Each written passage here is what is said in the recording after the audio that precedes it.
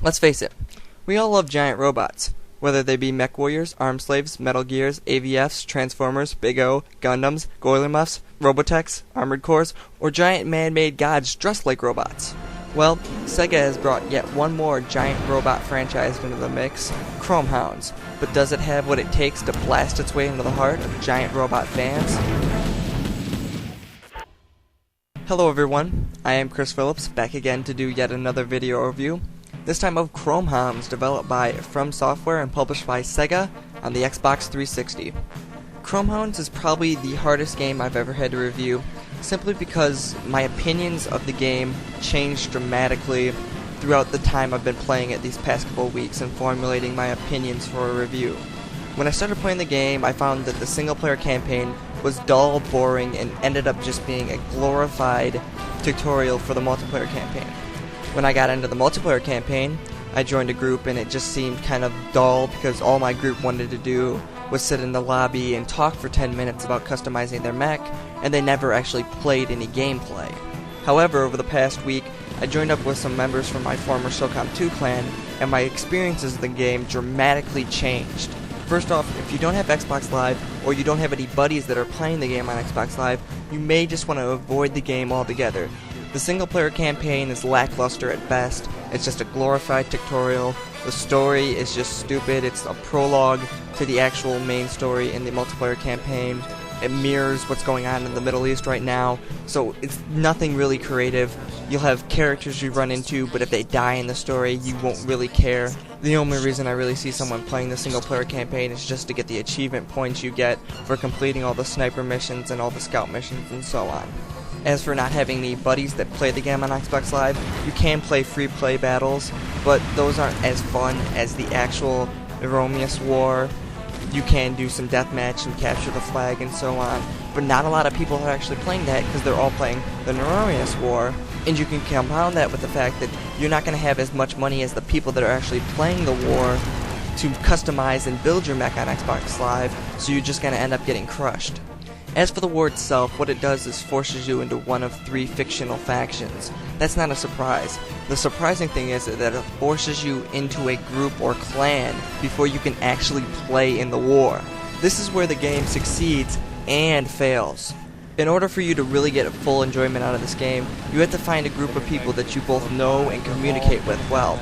If you join a random group of people that you have no clue who they are, chances are communication isn't going to be great, and they're probably not going to be as dependable as an actual group of people that you know are. Having a group of people that communicate, talk to you, and talk to everyone else on the team is crucial for not only actual gameplay, but mech building as well, as mech building can win or lose a battle before you even start.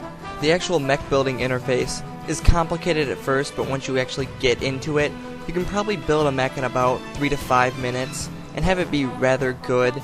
The only thing is there's thousands and thousands of parts, which is good for customization, but you really have to go through a trial and error period to figure out which weapons are going to work best on your mech. So having a group that's going to work with you is going to help you speed through that trial and error process a little more quickly. And when you get into mech customization, that's where this game really shines, because you're never going to see the same mech twice out there in the game. If I gave everyone the same 15 parts to build a mech, they were all going to assemble these parts in a different way. So in the beginning, you might be worried about just making a mech that's good enough to fight.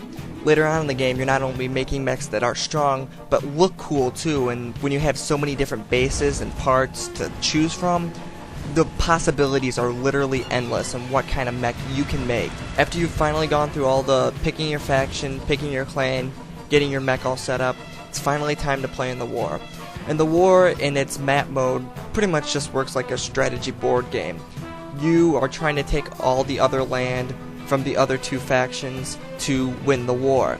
You can do this by selecting a piece of land and launching a battle in there, whether you're defending or attacking that piece of land. After you've created the game, you'll wait and see if an opponent will show up to play. And if an opponent doesn't show up to play, you can choose to face the enemy AI, which is rather difficult at times.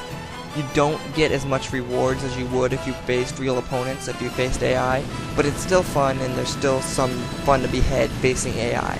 In order to win a game in the war, you must do one of 3 things. Your primary objective is to destroy the enemy's base. That, however, is easier said than done, because each team has about 3 to 5 different bases to select from at the beginning of the game. So now not only do you have to find the enemy base, you have to find it and destroy it. That can be very difficult if you don't have the right mech to destroy a base. The second way to win is by eliminating your opponent.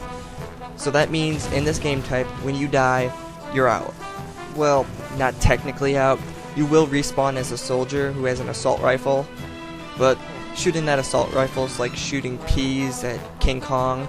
You're not going to do a lot of damage, and you'll probably just end up pissing the mech off. But it is fun, and you can still communicate with the people that are alive on your team, so you can actually go and do some recon, so you're not completely helpless after you die. And the third and final way you can win a match is by controlling the majority of the combuses at the end of the 15-minute time limit. Combuses are extremely important in online play, not just because of the fact that if you control the majority of them, you'll win the game. The combuses are how you communicate with your teammates. As you can see on this map, every combus we have is highlighted in green. Around those combuses is a light and highlighted zone. That is our zone of communication, as determined by the combuses we have under our control. If I leave the highlighted zone, I go out of communication zone, and I can no longer talk to my teammates, and more importantly, hear my teammates and hear my commander call out the enemy's position. That leads to tense situations on the battlefield. If I can't hear my commander, I don't know where the enemy is.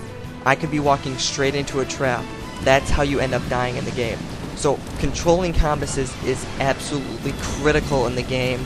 That's what makes the scout and the commander class so critical in the game. You can't just have huge mechs because there's no way you're going to control any of the combuses. You got to have some speed to balance out your team.